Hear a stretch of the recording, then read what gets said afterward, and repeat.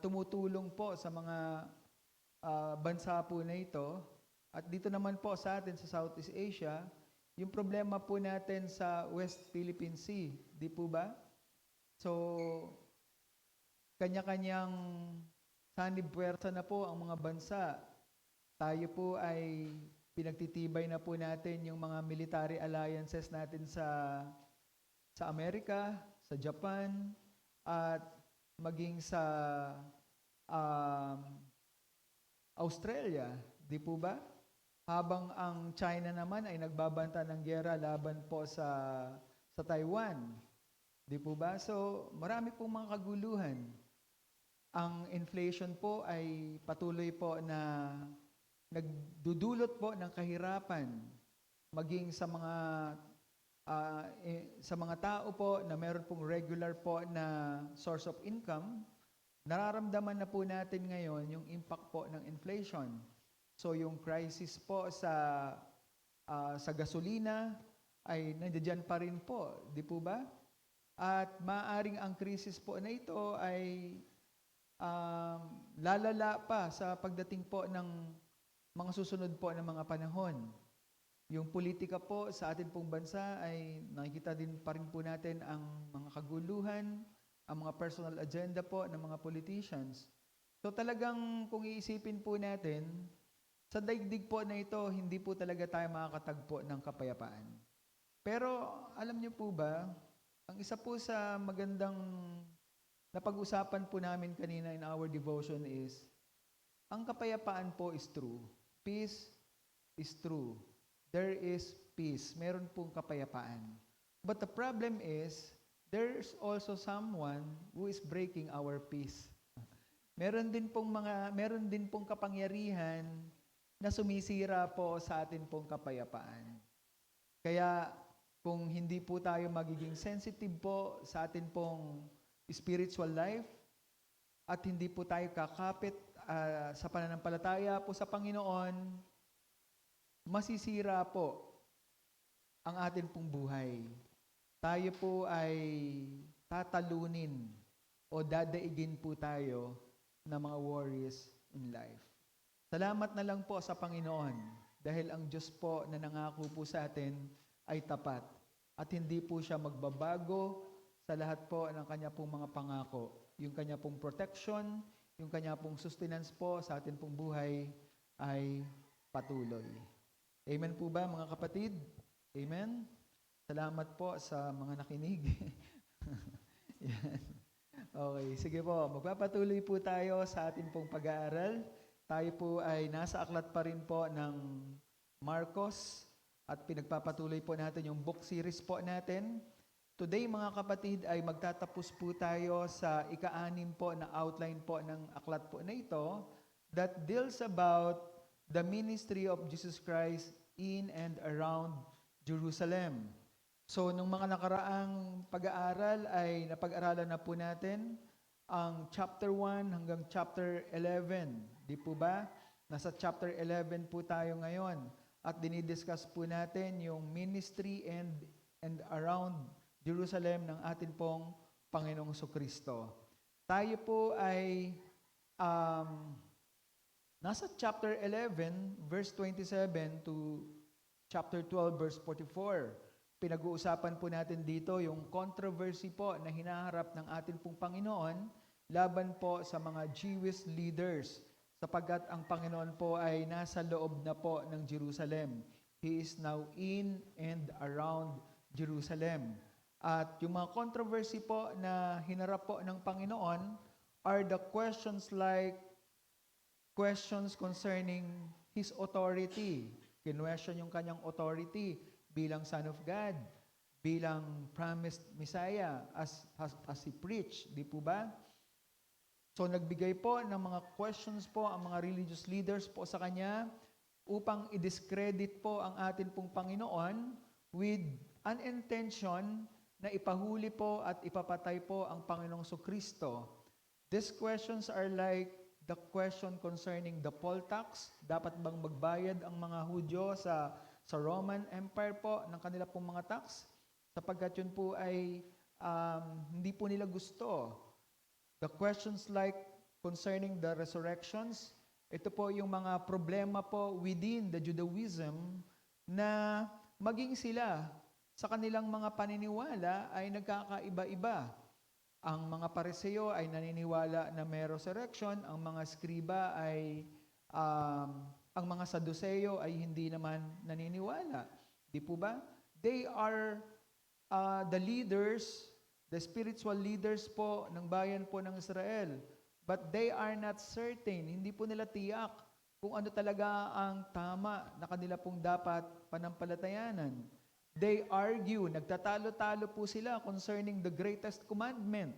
Sa napakarami pong commandment, hindi lang po ang Mosaic Law, ang Ten Commandments, hindi lang po ang Ten Commandments ang kanila pong sinusunod.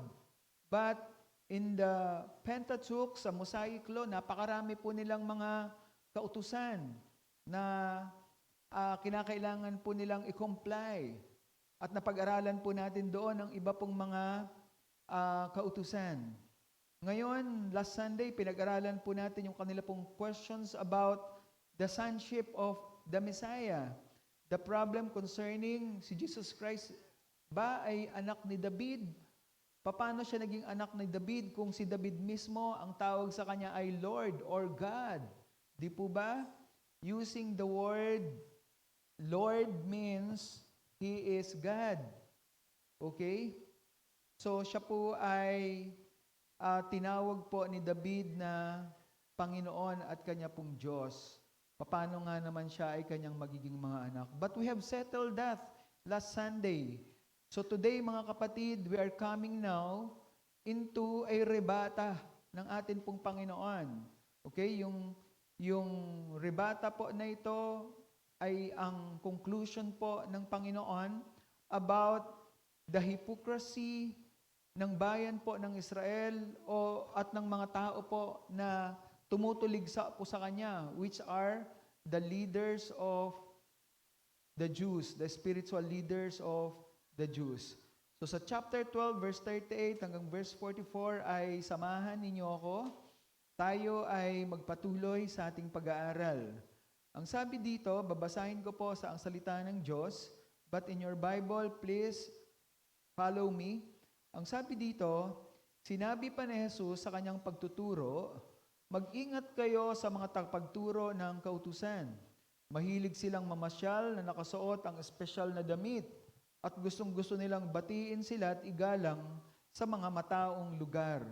Mahilig silang maupo sa mga upuang pandangal, sa mga sambahan at mga handaan.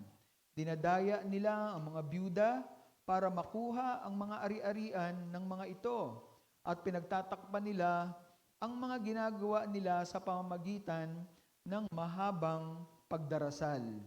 Ang mga taong ito'y tatanggap ng mas mabigat na parusa.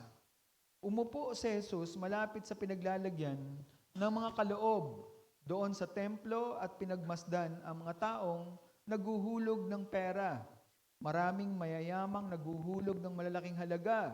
May lumapit doon na isang mahirap na byuda at naghulog ng 2 pirasong barya. Tinawag ni Jesus ang mga tagasunod niya at sinabi, sinasabi ko sa inyo ang totoo, mas malaki ang ibinigay ng byudang iyon kaysa sa lahat ng nagbigay. Sapagkat silang lahat ay nagbigay lang ng sobrang pera nila. Pero ang byuda ay nagbigay sa kabila ng kanyang kahirapan.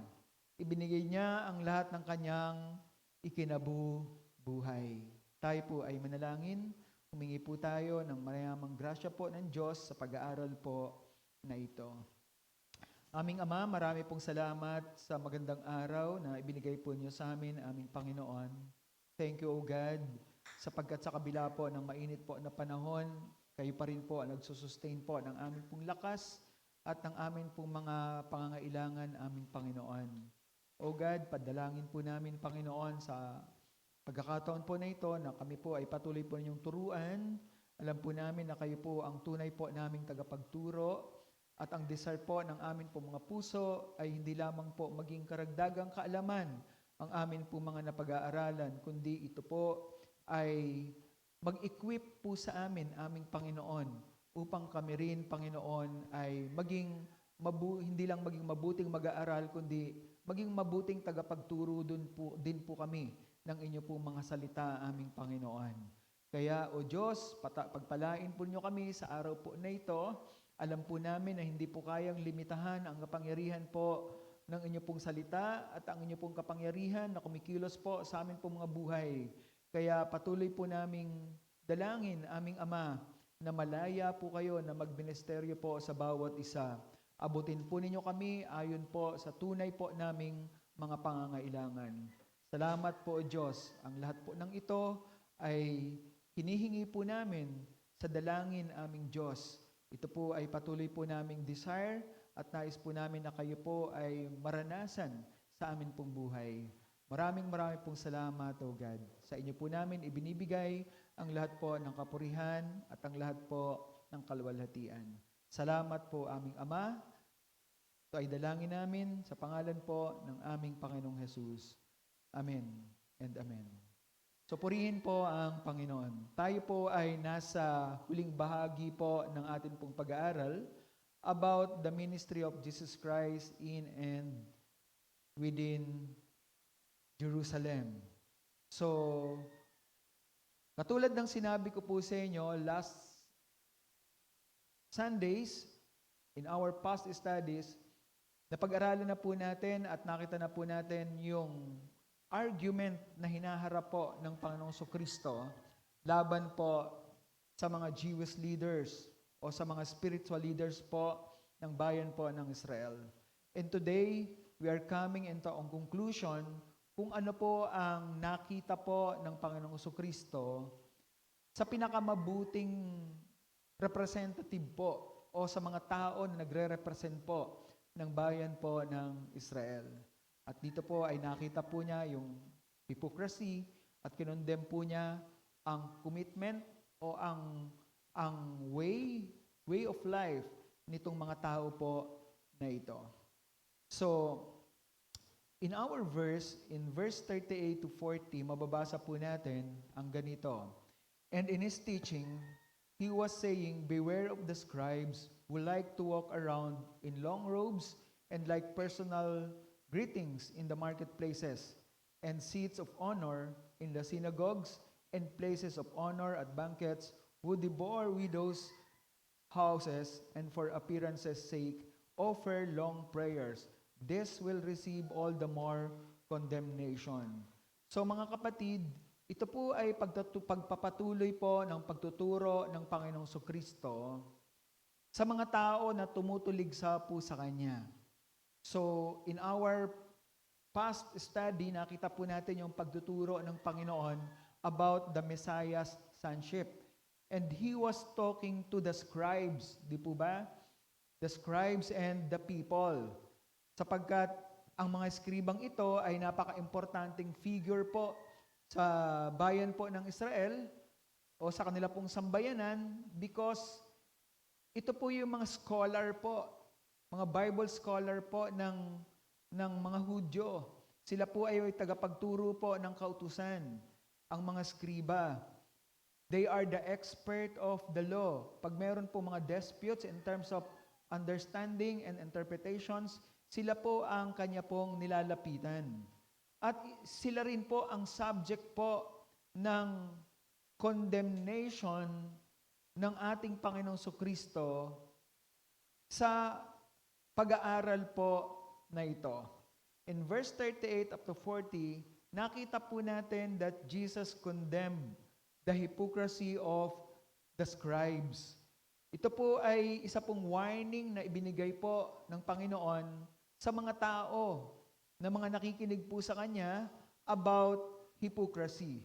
Tandaan po natin, dito po sa aklat po ng Marcos, ang theme po natin ay discipleship. At ang palaging focus po ng pagtuturo ng atin pong Panginoong Kristo ay ang Kanya pong mga disciples. So therefore, meron pong intention po ang Panginoon na ituro po sa Kanya pong mga disciples yung ah, tama pong attitude pagdating po sa buhay bilang isa pong mananampalataya o buhay bilang isang alagad po ng atin pong Panginoong Kristo. Second, intention din po dito ng Panginoon to correct itong pagkakamali po na ito ng mga skriba, pagkakamali po ng mga spiritual leaders po na ito, at ganun din ang mga pagkakamali ng mga tao na nakikinig po sa Kanya. So, sabi niya, beware of the scribes who like to walk around in the long robes. So, he specifically pointed out itong mga scribes po na ito. Because sabi ko nga, itong mga scribes na ito, sa atin pong nakaraang pag-aaral nung last Sunday, dinescribe po natin kung ano ang expertise po nitong mga skriba po na ito. As teachers of the law, sila rin po ang transcriber po ng Old Testament, di po ba? Napakadisiplinadong tao po nitong mga skriba po na ito pagdating po sa pag-aaral sa lumang tipan. Pagdating po sa interpretation po, sila po ang pinupuntahan ng mga tao. And in terms of copying itong mga scriptures, sila po ang pinagkakatiwalaan. They are so disciplined na sa pagkopya nga po nila ng mga kasulatan po na ito, they measure every space. They measure and count all the letters po na kanila pong sinusulat to ensure na wala pong pagkakamali. Kaya, isa rin po sa mga positive thing na nakita po natin, specifically doon sa isang skriba na kausap ng Panginoong Kristo, nakitaan ng Panginoon itong skriba po na ito ng spiritual quotient, ng spiritual intelligence, di po ba? Na nagpapahiwatig na tama ang pagkakaunawa nitong skriba po na ito sa salita po ng Diyos. Kaya nasabi po niya sa Panginoong Kristo na tama, teacher, you are right, na ang desire ng Panginoon is not an offering but a contrite heart. Na ang Diyos ay nalulugod hindi sa mga handog, kundi sa tamang puso. So, kaya ang sabi ng Panginoon sa kanya, ikaw ay malapit na sa kaharian ng Diyos. Because seemingly, merong right understanding po, and tama, if you have the right understanding, your right understanding of the Scripture will lead you to a right belief, sa isang tama pong pananampalataya. So, there are thinking po ng mga Bible scholars na itong Pharisee na kinausap po ng Panginoon ay maaaring ligtas po ang Pariseyo po na ito, bagamat hindi po binigyan ng maliwanag o ng specific po na confirmation sa New Testament itong Pharisees po na ito, dahil in the story of the Old New Testament hindi na po natin nakita yung kwento ng buhay ng Pariseyo po na ito. But today mga kapatid, ang pag sinabi po natin dito na skriba, sorry, hindi Phariseo, skriba, ito ay generalize po ng Panginoon ang mga skriba. Although hindi naman lahat po ng mga skriba ay ganito, katulad nga po ng nakita natin nung nakaraang Sunday. But in general, dahil karamihan po sa kanila ay may mga problema po na nakita po ang Panginoon. Ano yung problema po nitong mga teachers of the law po na ito? They acted this way, ang sabi ng Panginoon. Number 1, they like to go around in flowing robes, long white linen garments with fringes worn by priests, law teachers, and Levites. So, gustong-gusto nila na sila ay gumagala ng merong mga mahahabang mga kasuotan, mga suot ng mga pangpari. Gustong-gusto nila na sila ay nakikita na sila ang tagapagturo ng kautusan. At sila ay mga lahi ng priest or Levites. Gustong-gusto nila, they like to be greeted in the marketplace. So, gustong-gusto nila na binabati sila. Pag umiikot sila sa palengke, sa mga mararaming mga tao, sa panahon po natin ngayon, maaring mall, something like that. Binabati sila with formal titles. Gustong-gusto nila, tinatawag silang rabbi. Gustong-gusto nila, tinatawag silang teacher, master, father. Ng mga tao po na rumirespeto po sa kanila. Especially yung mga dignitaries na mga tao, gustong-gusto sila na nire-respect, tinatawag sila with respect, with so title, na katulad po noon. They like to have the most important synagogue seat. Gusto nila yung pinaka-special na upuan doon po sa synagogue sapagkat ang ayos po ng upuan ng mga synagogue doon, yung mga dignitaries, meron po silang special na upuan na nakaharap po sa crowd at nakaharap po doon sa chest, kung saan nakalagay po doon yung scroll, nakalagay po doon yung mga bagay po na mahalaga doon po sa temple. So, inuupuan po nila yung mga upuan na dapat po ay para po sa mga dignitaries. They like to have the places of honor at banquet. Sa mga pagtitipon, gusto nila may special po sila na upuan para po sa mga kagalang-galang na mga tao.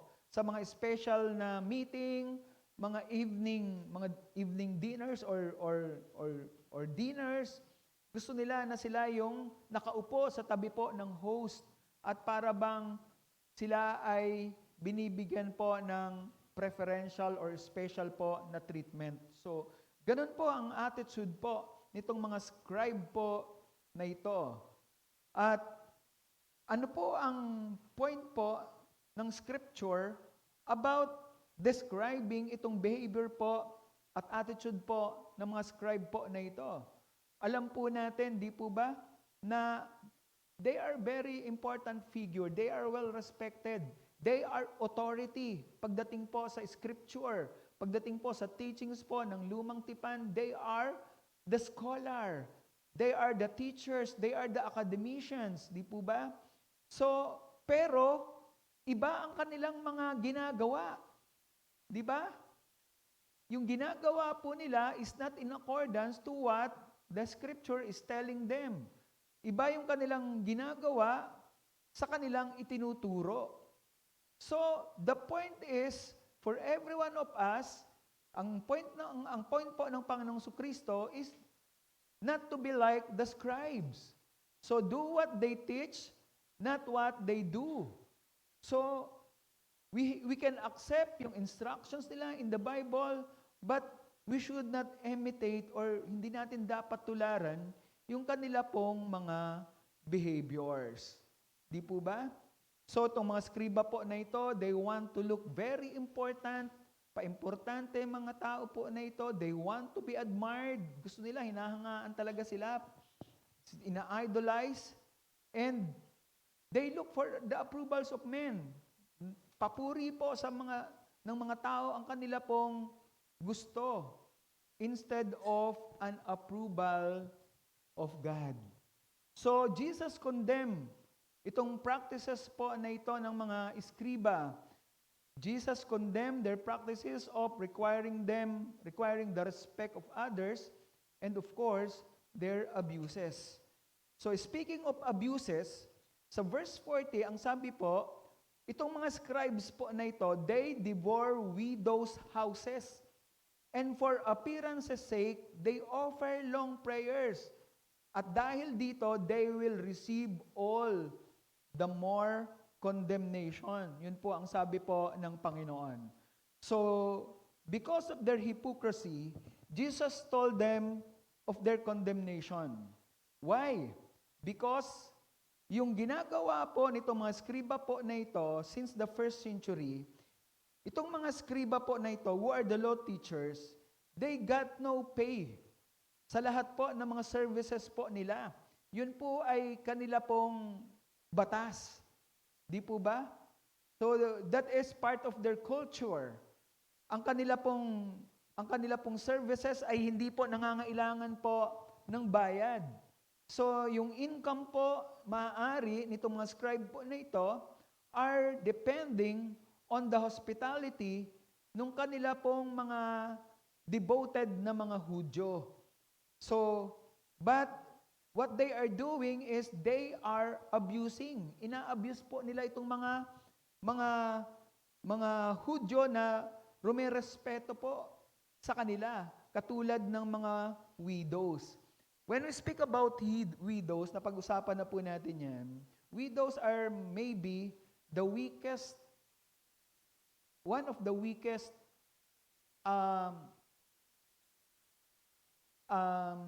character, one of the weakest character or people in the culture of the Jews. Bakit po? Kasi ang mga balo, wala silang asawa, of course, wala silang tagapagtanggol, wala silang head of the family. So, ang mga babae, second-class citizen po sa mga Hudyo, how much more kapag ka ikaw ay walang asawa? Ang mga widow, ang mga babae po ay karangalan po supposedly ng kanila pong mga asawa, which is the Lord of the house. But pagbalo po sila, they don't have anymore that Lord, that symbol of power in their lives. Kaya sila po ang kaawa-awa po ng mga tao sa bayan po ng Israel. And sila po ay ina-abuse, pinagsasamantalahan po yung kahinaan po nila nitong mga skriba po na ito. Ine-exploit po yung generosity po nila at marami pong mga pandaraya ang ginagawa sa kanila ng mga skriba. Some suggestions of extortion of the widows were like, itong mga scribes po na ito accept payments for legal assistance, though payment is forbidden. Di po ba? So itong mga skriba po na ito act as a lawyer para po sa mga pagmamay-ari ng mga widows po na ito, which they cheated. Dinadaya po nila yung mga widow pagdating sa kanila pong inheritance, sa kanila pong mga manahin.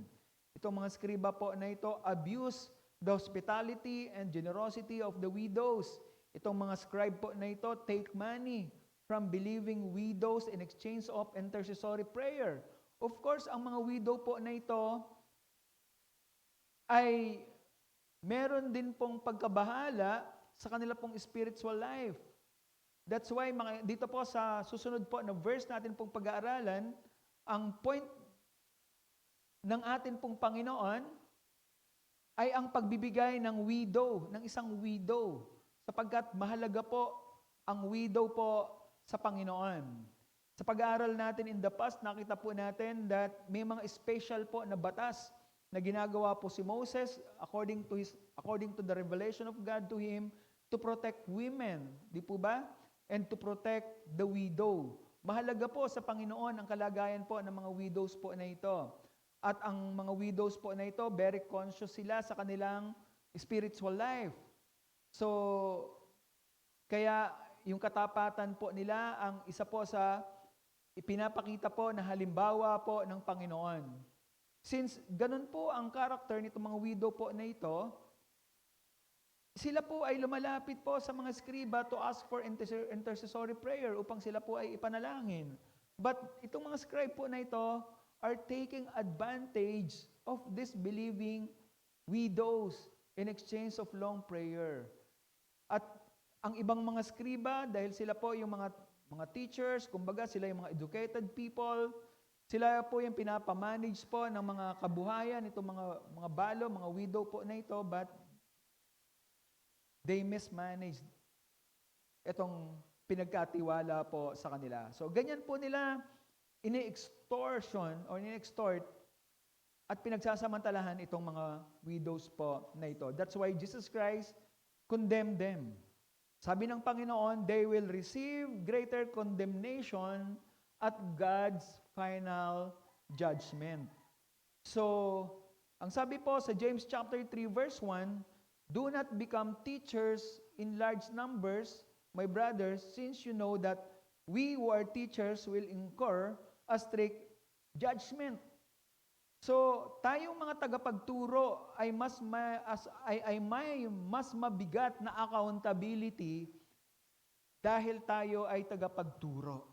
Kaya, ang point ng Panginoong Kristo rito is not to be like itong mga scribe po na ito.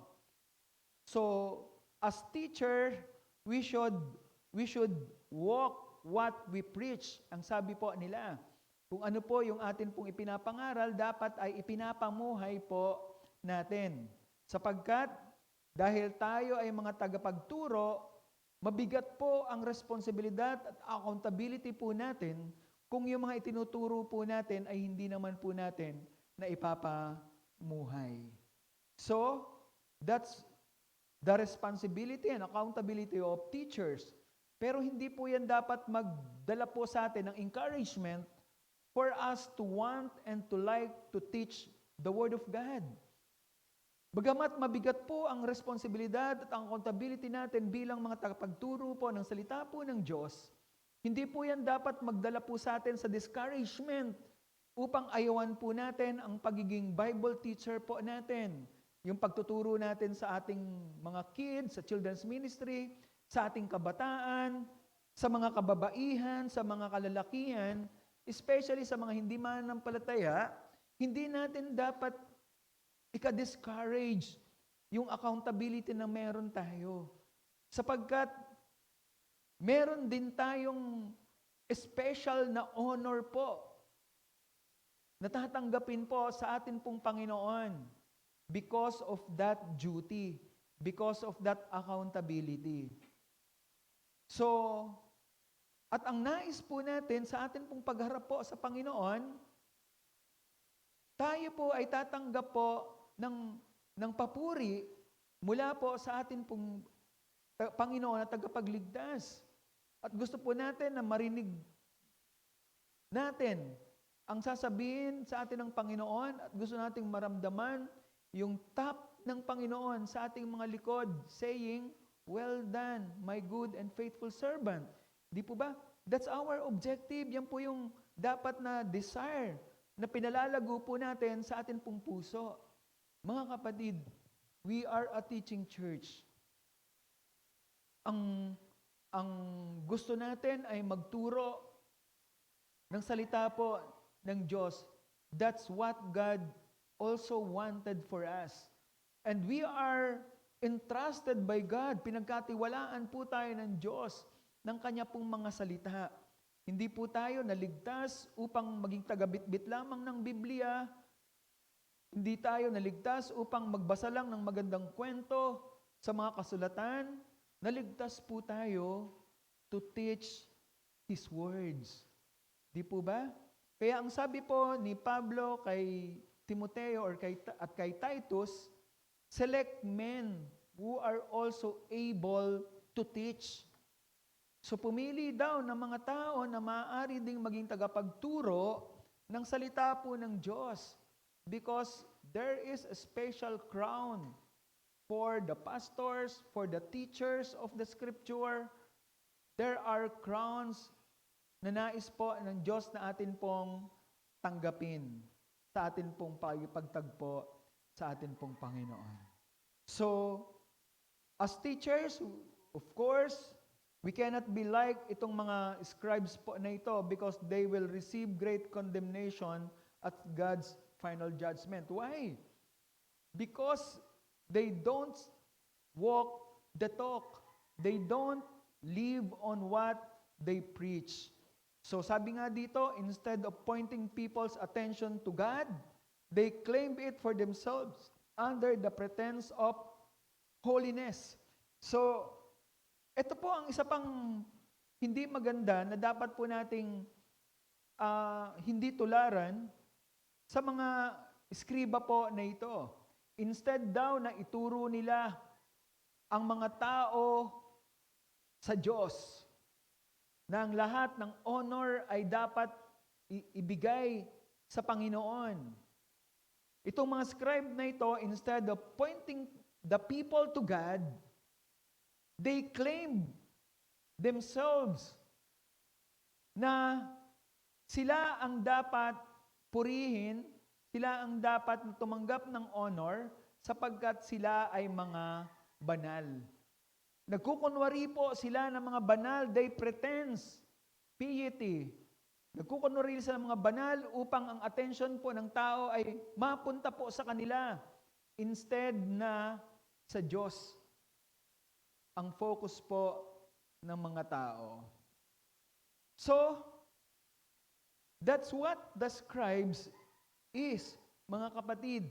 Ganyan po ipinakita ng Panginoong Kristo ang karakter po ng mga scribes na hindi po natin dapat tularan. In verse 41 and verse 44, makita po natin dito that after po na i-condemn ng Panginoon yung hypocrisy po ng mga skriba, kinomend naman ng Panginoon yung commitment po, yung faith ng isa pong widow, the lowest among the citizens. Di po ba? Sabi po sa verse 41 and verse 42, "And Jesus sat down opposite the treasury and began watching how the people were putting money into the treasury, and many rich people were putting in large amounts. And the poor widow came and put in 2 lepta coins, which amount to a quadrant." So Jesus watched the offering of the women in the temple. So pinapanood po, tiningnan po. Ibig sabihin, nagbigay po ng special po na attention ang Panginoon sa mga widows na pinagsasamantalahan ng mga eskriba. And one of the widows in the court, pinoint out po ng Panginoon. Pinoint out po ng Panginoon yung kanya pong offering dun po sa temple. So, sa loob po ng temple, meron pong special place po ang mga babae. Ang tawag po dyan, women's court. Yan po, nasa drawing po, di po ba? Women's court. At sa di kalayuan po ay nakamasid po ang Panginoon. At dito nakita po niya yung amount na ihinulog po ng babae doon po sa lagayan po ng offering or ng gift. So maybe yung distance po ng Panginoon is just enough for Him to see yung offering po ng widow po na ito. At ano po yung kanya pong napansin? Ang napansin po ng Panginoong Kristo is in contrast with many wealthy people na nagbibigay po ng mga malalaking amount doon po sa offering box. Yung iba po ay mga ginto, maraming coins na ginto, silver, bronze, or copper. Itong widow po na ito, in contrast dun sa mga ibang tao na malalaki ang ibinibigay ang halaga, ang ibinigay po ng babaeng ito ay 2 lepta. Ano po yung 2 lepta? Ito po ay isa pong coin na yari po sa bronze. So, hindi po siya silver, hindi po siya gold, hindi po siya copper, siya po ay bronze. Yung pinakamababang klase po ng metal, gawa itong coin po na ito. It's part of the money doon po sa kanila pong bansa sa Palestine. At ang halaga po ng 2 lepta daw po yung ibinigay nitong babaeng ito, ay 164 lamang ng isang Roman denarius. Yung denarius ay Roman money. Ito pong lepta ay pera po ng mga Hudyo. Ang katumbas po ng 2 lepta, 164, or in our, ang isa pong denaryo po kasi ay singhalaga na po yan ng wage ng isang basic laborer or basic fee. Sa panahon po natin ngayon, magkano po ang basic fee ng laborer? Sabi natin 600. So yung 2 lepta, kung i-compute po natin, 9.35 pesos po yung value. So nagbigay po ng 9.35 pesos po itong balo po na ito. So it's just a fraction of a penny ang sabi po dito po sa atin pong pinag-aaralan. Palatandaan na halos walang value o napakaliit lamang ng ibinigay po nitong babaeng balo po na ito. So, pero, ano ang sabi ng Panginoon sa verse 43 and verse 4? So, tinawag ng Panginoon ng kanyang mga alagad.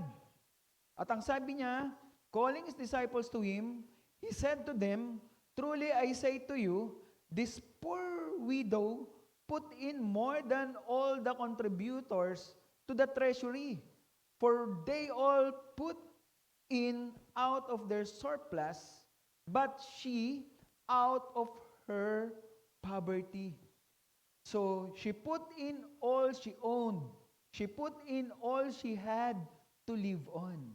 So, tinawag ng Panginoon ang mga disciples, and He commended the widow's penny offering. Ang sabi niya sa mga disciples, "Truly I say to you, this poor widow put in more all the contributors to the treasury." Naglagay itong babaeng balo na ito ng mas malaki ang halaga kesa mga naghulog doon ng ginto, ng pilak, at ng maraming mga pera. Bakit?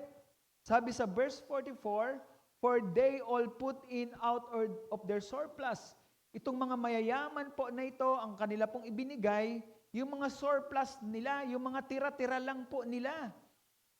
So para po sa isang mayaman, ang tira-tira po nila ay marami na para sa isang mahirap. Nakatulad po ng babaeng ito o ng katulad po natin. We can imagine po putting 2 golds of coins, di ba?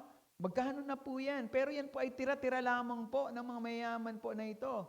Sa kanila po, dahil yan po ay tira-tira, that has no value anymore. Wala na pong value yon. Pero itong babae na to, she gave out of poverty. Nagbigay po siya sa gitna po ng kanya pong kahirapan. So she put in all she owned. Lahat ng kung ano yung meron siya, ay ibinigay po niya. Kung ano yung ikabubuhay niya, ibinigay niya po lahat doon po sa offering. Mga kapatid, hindi po ito teachings po ng pagbibigay. Hindi po ito teachings po ng pagbibigay upang ikaw ay pagpalain. Try to look at the intention of Jesus Christ. Bakit itinuro ito ng Panginoon sa kanyang mga alagad?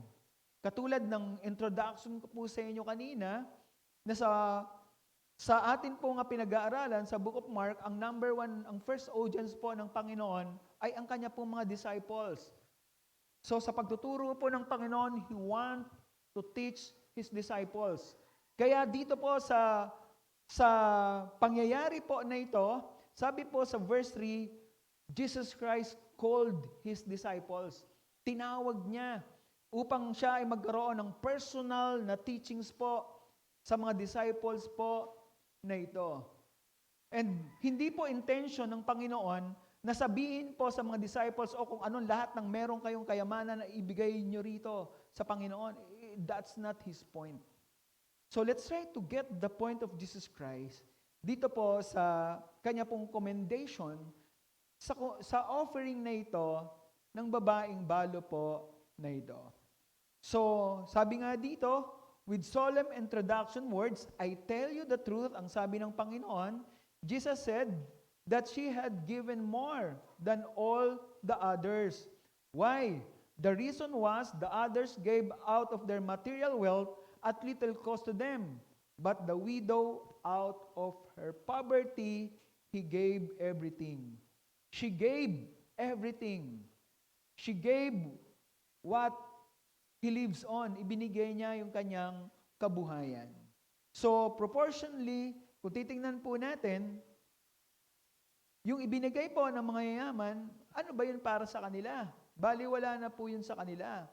Pero para sa babaeng balo, yung kanya pong ibinigay, ay ang kanya pong buhay. So, what's the point na dapat pong makita po natin dito sa pagtuturo ng Panginoong Kristo? The point is this, in giving to God, katulad po ng balong ito, she completely give a sacrifice of what God had entrusted to her. So, ibinigay po ng babaeng ito kung ano rin naman ang ipinagkatiwala po sa kanya ng Panginoon. Sabi dito, in giving to God sacrificially, she completely entrusted herself to Him to provide her needs. So kung ano po ang meron ang balong ito, alam niya yun ay galing din sa Diyos. Ipinagkatiwala po sa Kanya. Kaya kung ano man ang meron siya, ibinigay niya rin ito sa Panginoon. What's the means? What does it mean? Ibinigay din niya sa Panginoon ang kanyang pagmamay-ari. Ibinigay niya sa Panginoon, hindi lang yung kanyang pagmamay-ari, kundi ibinigay din niya sa Panginoon yung kanya pong buhay. Ipinagkatiwala niya sa Diyos yung kanya pong buhay.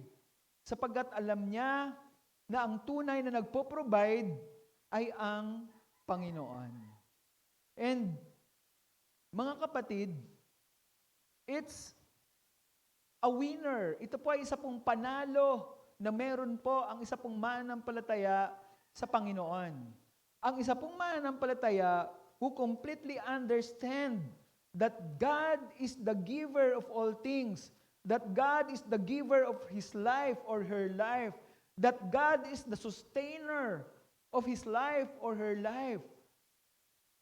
Kung naiintindihan po natin na ang Diyos po ang pinagmumulan ng lahat ng meron tayo, na ang Diyos ang nagbigay ng lahat ng kung ano man meron tayo, maging ang ating buhay, hindi tayo matatakot na ipagkatiwala po natin sa Diyos ang lahat po sa atin. Hindi po tayo matatakot na ipagkatiwala po natin sa Diyos ang ating pong buhay. Hindi po tayo matatakot na ipagkatiwala po natin sa Diyos ang atin pong future. But the problem is, tayo pong mga tao, kadalasan, pag pinag-usapan na po natin yung sarili po nating buhay, pag-usapan na po natin yung sarili nating future, we have a tendency na tayo po ay maging worry. May tendency na tayo po ay mag-worry. Kasi baka ganito, kasi baka ganon.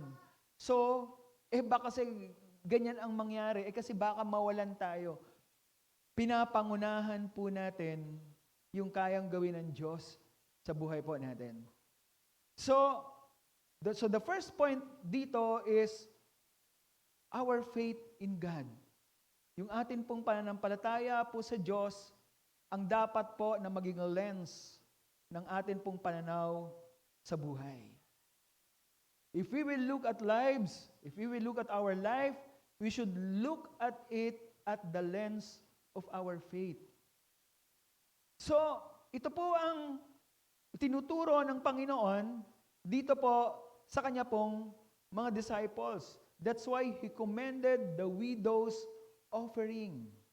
So, the truth to ponder is, like for example, dito po sa story po na ito, Jesus pointed out that giving is by faith.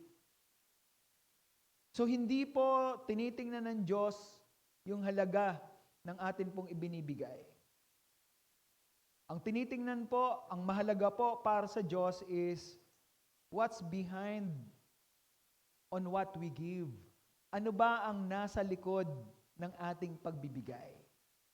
Marami pong mga tao are persuaded by Bible teachers, by preachers, by pastors. Sabi nga ng iba, narinig ko na naman to sa anak ko, na isang classmate daw niya, ang pananaw ng classmate niya sa religion ay business. Kasalanan po yan ng mga pastor, ng mga teacher po ng Biblia, na nagtuturo po ng prosperity gospel. Yes, giving is by faith, pero it's not all about what we give. God is not after on what we give. God is after what is behind, what is at the back of what we give. Ano yung motive natin? Ano yung intention natin sa pagbibigay? There are intentions like kaya tayo nagbibigay because we think that giving is a formula to become rich. Ganyan po yung formula na tinuturo po ng mga prosperity preachers. That if you give more, the Lord will also give more. Pag nagbigay ka ng kayang ibigay sa iyo ng Diyos, ang 3 times, ang 4 times, and manifold times. Di po ba? Narinig nyo na yung teachings na yan. Pero yes, ang Diyos po ay tapat. Magbibigay po talaga ang Diyos at magsusustain po sa atin pong buhay. But God is not delighted, sabi nga, on what we offer, on what we give. God is delighted on what is behind of our giving. Is it a giving by faith? Katulad po ng babaeng ito, she gave everything because he believed that God is the one who will sustain her. The God is the source of her life. Mabubuhay siya dahil ang Diyos ang pinagmumulan at nagsusustain ng kanya pong buhay. Ang isa po sa mga kalaban po natin are worries in life, na tayo po ay mawawalan, tayo po ay dadaan po tayo po ay mahihirapan, magiging poor tayo, magiging mahirap po tayo kapag ikinumit natin yung ating sarili po sa Panginoon. Kapag nag-commit po tayo ng ating pong buhay sa Diyos, maghihirap po tayo. Yan po yung isa pong problema sa pananaw po ng mga Kristiyano because of an unbalanced teaching of the Scripture. In the past, nakita ko po marami pong mga lingkod po ng Panginoon, iniwan ang kanila pong pag-aaral, iniwan po yung kanila pong business, iniwan po nila ang kanila pong trabaho, iniwan po nila yung mga career, and they go full-time sa ministry. But after 3 years, after 5 years, bumabalik na po sila. At hindi na po nila malaman kung paano po nila hahanapin ulit yung mga trabaho, yung mga career na kanila pong binitawan because they were disappointed in the ministry. Nakita nila na ang hirap pala sa ministeryo. Nakita nila na magugutom pala ang pamilya nila sa ministeryo. You know why? Because of the unbalanced teaching of the Scripture. Kasi there was a time in the past, extreme po yung pagtuturo ng salita po ng Diyos. Hindi po binabalanse. Yes, ang Diyos ay nagpapala, ang Diyos ay nagsusustain, ang Diyos ay nagbibigay, hindi tayo pababayaan ng Panginoon. But, the truth of the matter is, tingnan po ninyo ito. If God wills the end, God also wills the means. Kung kalooban po ng Diyos na tayo po ay gamitin po sa paglilingkod, yan po yung kanya pong kalooban sa atin pong buhay, God also wills the means. Meron din pong kalooban na paraan ang Diyos kung paano po tayo makapaglilingkod po ng maayos at mahusay po sa Panginoon. And one of these means could be your current situations in life, kung saan ka nilagay ng Diyos sa buhay mo ngayon. Maybe nilagay po ka po ng Diyos sa buhay mo po ngayon bilang isang doktor, bilang isa pong engineer. Hindi po ka po nilagay ng Diyos dyan, hindi ka pinag-aral ng Diyos to become a doctor, at pagkatapos sa desire mo na maglingkod, ay iiwanan mo yung pagiging doktor mo. God wants to use you as His minister and at the same time as a doctor. That's part of the calling na binigay sa iyo ng Diyos. And that is His appointed means upang makapaglingkod ka ng maayos sa Panginoon. Ang mga pastor po, at the same time, sila po ay mga padre de pamilya. At ang isa po sa responsibilidad po ng mga pastor ay upang itaguyod po ang kanya pong pamilya. Itinuturo po ng Biblia na ang mga ama ng tahanan, they should be a good provider of the family. So, iniiwanan po natin yung responsibility po na yon because of our extreme view sa panawagan po ng Diyos. Mga kapatid, magpasalamat po tayo sa Panginoon because we come to a point that we understand how to balance the teaching of the Scriptures. Maaring tayo pong lahat dito ay mga volunteers po sa atin pong ministry po sa Panginoon. But being a volunteer, mga kapatid, is the kind of calling na ibinigay po sa atin po ng Diyos. I'm a volunteer, you're a volunteer. We go to ministry without standard salary, without fee. But there's a means na ibinigay din po sa atin ng Panginoon how God will provide us. If God wills the end, He wills the means. Binigyan din po tayo ng means ng Panginoon kung saan doon tayo ipoprovide po ng Panginoon. So sa lahat po ng mga naglilingkod po sa Panginoon, whatever po na meron po tayo sa atin pong buhay ngayon, ito po ay bigay po ng Diyos. Pagbutihin po natin yung atin pong trabaho habang naglilingkod po tayo sa Panginoon. Pagbutihin po natin yung business po natin habang naglilingkod po tayo sa Panginoon. Because if we can do good, if we can excel on what we have right now, we can do better for God. Di po ba? So kung mag-excel po tayo on the professions na ibinigay po sa atin ng Diyos, you can be a good servant of God the more. Mas lalo kang magiging mahusay na lingkod ng Panginoon through the means na ibinigay sa'yo ng Panginoon. Because kung saan ka nilagay ng Panginoon, maaaring andun din po yung mission field na ibinigay sa'yo ng ating pong Panginoon. If God puts you in the office, minister in the office. If God's put you in the farm, minister in the farm. Di po ba? So if God puts you in teaching, nasa eskwelahan ka, teach there. Magturo ka doon, magminister ka doon. But there are also people, ministers, who are called full-time by the Lord. I do believe, mga kapatid.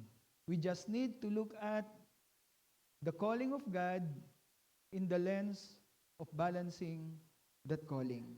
So today, mga kapatid, kung titingnan po natin, itong babae po na ito, ibinigay niya yung kanyang lahat na kabuhayan. Why? Is that extreme? Maybe. Ngunit ang itinuturo po ng salita po ng Diyos po dito is the kind of faith, the kind of commitment po na meron po ang babaeng balo po na ito that we need to learn on, na dapat po nating matutunan. Most importantly, ang sabi po dito, all things done by faith are notable in the kingdom of God. Bakit po ganun ang pagbibigay po? Bakit ganun po ang attitude? Bakit ganun po itong faith ng babae po na ito? Because he is looking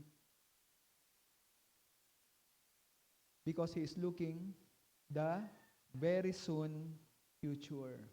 Sapagkat makikita po ng babaeng ito ang napakalapit na parating na pagharap niya sa Panginoon. Katulad po natin, maaaring naintindihan po ng babae na ito that anytime, babalik po ang Panginoon. Di po ba? So if God is coming soon, ano po ang dapat po natin gawin? Pagbutihin po natin whatever we are doing for God. Pagbutihin po natin yung atin pong pagsamba, yung atin pong paglilingkod po sa Panginoon. Yung atin pong commitment po sa Panginoon ay lalo po nating pagbutihin. Let's do everything. Let's do everything what we can do for God. Let's be better every day. Maging mahusay tayo sa bawat araw. Kung late po tayo sa pag-worship po sa Panginoon in the past years, let's work out na hindi po tayo malate. Kung tayo po ay hindi po nakakapagbigay po sa Panginoon, let's work it out. Let's pray to God na makapagbigay po tayo sa Panginoon. Kung wala po tayong time na hindi tayo makapagpagamit sa Panginoon sa pagtuturo, let's ask the Lord to give us time na makapagturo po tayo ng salita po ng Diyos. So, in summary, Jesus warned the people about the hypocrisy, katulad po ng mga scribe po na ito. What's his point? Ano yung point ni Jesus Christ? So, his point was to look at and do what they teach and not what they do. Huwag nating gawin yung mga ginagawa nila. Gawin natin yung kanilang mga tinuturo because they are the teachers of the law. They are the expert. Don't be like the scribes. Accept their instructions in the Bible. But don't imitate their behavior. Jesus told them of their condemnation. Alam natin na patutunguhan po itong ganitong klaseng attitude or paglilingkod po nitong mga skriba po na ito. What will happen to them? They will receive greater condemnation at God's final judgment. Kung faithful naman po tayo sa atin pong paglilingkod sa Panginoon, we will receive commendation, greater commendation, not condemnation sa atin pong Panginoon. So teachers, na katulad po nito, they will be punished severely. They will receive great condemnation according to James chapter 3 verse 1. Jesus commends the commitment of the widow. Tularan po natin ang babaeng balo na ito. Ang ibang mga babae, other women gave out of their material wealth at a little cost to them or at no cost to them. But the widow gave out of her poverty, giving everything. So, tandaan po natin, giving is by faith. It's not all the amount, but what's at the back, what's behind of giving. So, let's take note that all things done by faith are rewarded by God in the future kingdom, sa pagharap po natin sa Panginoon. And for the disciples, ito yung makikita po natin. Jesus used the example of the widow to teach His disciples what are valuable for God. And God value the wholehearted commitment. Yung buong puso po na commitment po sa pagsunod po sa Panginoon. Amen? So, tayo po ay magpasalamat po sa Panginoon. Father God, marami pong salamat for the wonderful day, for the wonderful word. Salamat po aming Panginoon sapagkat kayo po ang Diyos na patuloy po na nagpo-provide, ang patuloy po na nagsusustain po sa amin po mga buhay. Marami pong salamat aming Ama sapagkat alam po namin Panginoon, marami pong mga pagkakataon na nadi-discourage po kami aming Panginoon, na de-distract po kami o Diyos sa aming po mga paglilingkod. Ang mga plano po na ginawa po namin aming Ama ay wawalan po ng priority sa amin po mga buhay, sa amin po mga lakarin. And oh God, Lord, we want to be corrected. Nais po namin maging tama po kami sa aspeto po ng amin pong paglilingkod, aming Ama. Kaya dalangin po namin, O Diyos, na patuloy po ninyo kaming pakialaman sa amin po mga buhay. Turuan po ninyo kami, Panginoon, how we can be better, aming Panginoon. How we can be a faithful servant, aming Panginoon. How we can be like this widow and not like the scribes, aming Panginoon.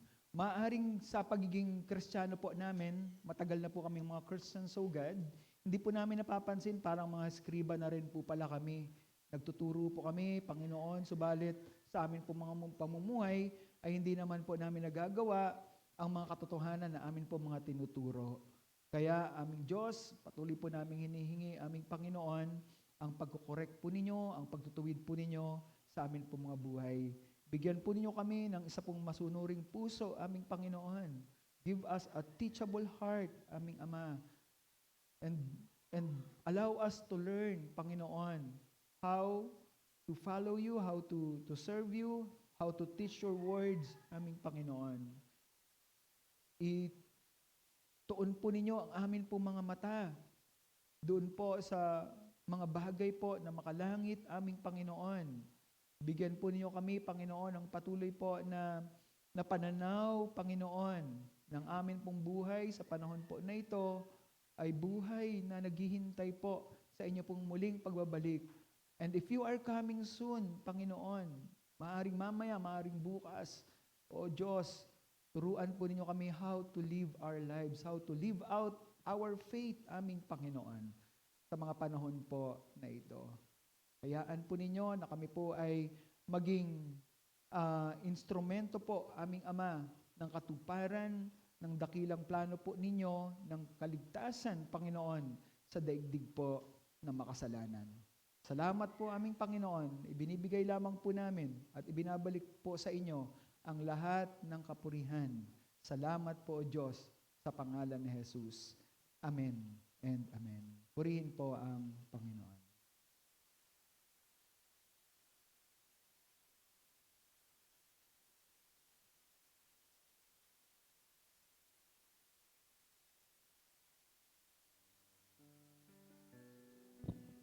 Praise God. Salamat po sa Panginoon sa kanya pong mga salita. Tayo pong lahat ay sama-samang manalangin para po sa atin pong pagkakaloob. Maraming salamat po, aming Ama, sa umaga pong ito, sa inyo pong pagtuturo. Salamat po, Panginoon, sa katotohanan, Lord, na amin pong mga narinig, Lord. Dalangin lamang po namin, Ama, patuloy po na ito, Diyos, ay maisapamuhay po namin, Ama, at hindi po manatili sa pakikinig lamang, Lord. Patuloy lamang na kayo ay mabigyan po namin ng kaluwalhatian sa amin po mga buhay. Dalangin lamang po namin, aming Ama, sa mga kaloob na amin pong ibibigay sa umagang ito, Panginoon. Patuloy lamang, Lord, na ito po ay kasangkapanin po ninyo para po, Panginoon, sa inyo pong gawain, dakilang Diyos. Pagpalain mo pong patuloy ang amin pong mga kinabubuhay, Panginoon, maging sa mga pangangailangan po namin, Ama, alam po namin na kayo po ang magpupuno po nito at hindi po niyo po kami pagkukulangin, aming Ama. Maraming salamat po, Lord. Dalangin lamang po namin, Ama, na patuloy lamang, O Diyos, na pagpalain mo ang bawat pamilya, Panginoon, ng iglesyang ito. Ito po ang aming panalangin na may pasalamat sa pangalan po ng aming Panginoong Hesus. Amen and amen.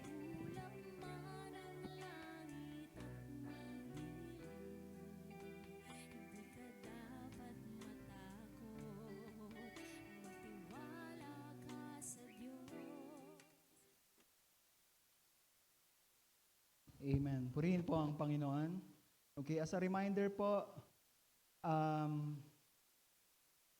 after this afternoon po, maybe after lunch, tayo po ay meron pong prayer meeting. So I invite everyone na tayo po ay sama-sama po na manalangin po sa Panginoon. Ang atin pong prayer meeting ay monthly na lamang po, and we are requesting everyone na tayo po ay magtulong-tulong at hindi lamang dahil meron pong pangangailangan po ang ating pong church, kundi meron din po tayong personal po na pangangailangan na dapat po nating ilapit po sa Panginoon. Ang panalangin po ay hindi lamang po isang gawain para ipanalangin po ang church, kundi ang prayer po ay dinisenyo po ng Diyos upang mabigyan po ng katuparan at mabigyan po na upang bigyan ng daan yung kanya pong mga plano po sa atin pong buhay. And what God desires for us, ano po ang nais ng Diyos para sa atin? Ang nais po ng Diyos para sa atin ay matupad yung kanya pong mabuting plano sa atin pong buhay. And prayer po is the key towards God's plan in our lives. Kaya ang lahat po ay inaanyayahan na tayo po ay magsama-sama po sa gawain ng panalangin. Amen? So praise the Lord, tayo po ay magtatapos po sa atin pong gawain sa umaga pong ito. Nais ko pong anyayahan po ang praise and worship team na tayo po ay pangunahan. And let's close our service, let's end our service with prayer, with worship, with praises po sa atin pong Panginoon, because He deserved to be praised. He deserved our worship. At masarap po, sambahin po ang atin pong Panginoon. Kaya patuloy lamang po natin sariwain po ang ating pong puso, ang ating pong pagsamba po sa ating pong Diyos ay patuloy po nating ibigay. Hallelujah. Purihin po natin ang ating pong Panginoon. Yes, Lord. We are very much thankful today, O God, because you are so wonderful, aming Panginoon. Your word, O God, is powerful. And whatever things, O God, that you desire for every one of us, O God, we believe that you want it to happen. You want your plans, Panginoon, na maranasan po namin. So we are praying, O God, that your will might be done, aming Panginoon. Salamat po, aming Panginoon. Nais po namin kayong sambahin lamang, aming Ama. Thank you, Lord.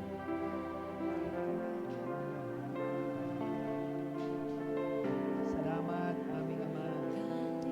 You are such a wonderful God, Lord. You are so good. Hallelujah. Yes, Lord.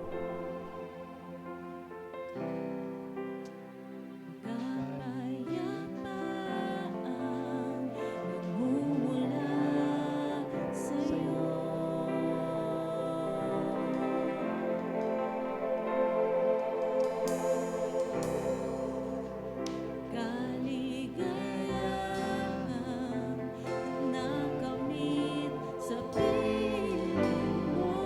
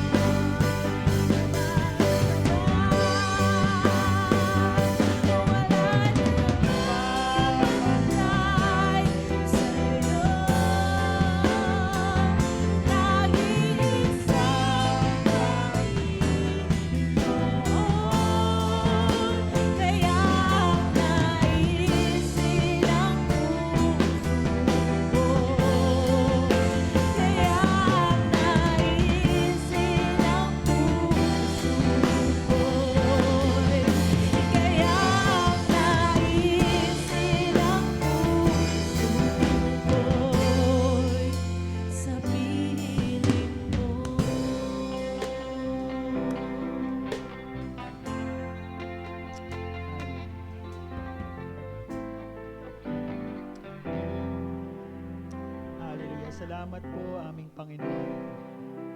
Yes, O God, we do understand, Lord, na ang nais po ninyo sa amin, aming Panginoon, ay ang patuloy po kaming kapisanin, aming Panginoon, sapagkat sa piling mo, aming Ama, kami po ay tunay po na may kapayapaan. Kami po ay tunay po na meron pong kalakasan, aming Panginoon. Kayo nga po, O Diyos, ang source ng aming pong buhay, the source of our strength, aming Panginoon, the giver of everything, aming Ama. Your words have said, O God, that all good things comes from you, aming Panginoon. Kaya, saan po kami, Panginoon, pupunta? Saan po namin hahanapin, Panginoon, ang mga bagay na kailangan po namin, aming Panginoon? Kundi sa inyo lamang, aming Panginoon.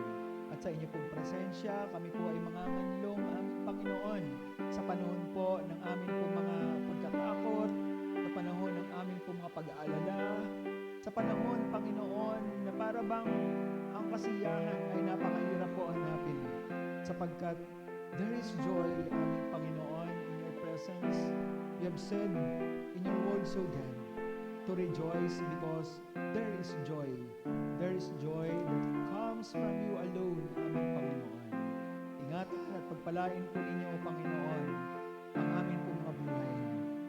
Sampo ng aking pong mga kapatiran sa iglesyang ito, aming Ama, kami po ay patuloy po na lumalapit at dumadalangin po. Hinihingi po namin, Panginoon, ang inyo pong patnubay, aming Ama, so that as we walk on our journey of faith, aming Panginoon, sa bawat paglabas po namin, Panginoon, sa pananambahang ito, sa bawat gagawin po namin sa aming po mga buhay, O Diyos, patuloy lamang po namin dalangin na nawa ay taglayin po namin, Panginoon, ang inyo pong inspirasyon, ang inyo pong pagtuturo sa aming pong mga buhay.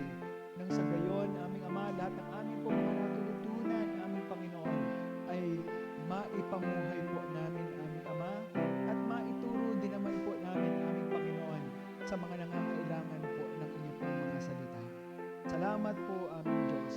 Ingatan po ninyo at pagpalain ang buhay po ng akin pong mga kapatid. Salamat po, aming Ama, sa pangalan ni Jesus. Amen and Amen. Purihin po ang Panginoon.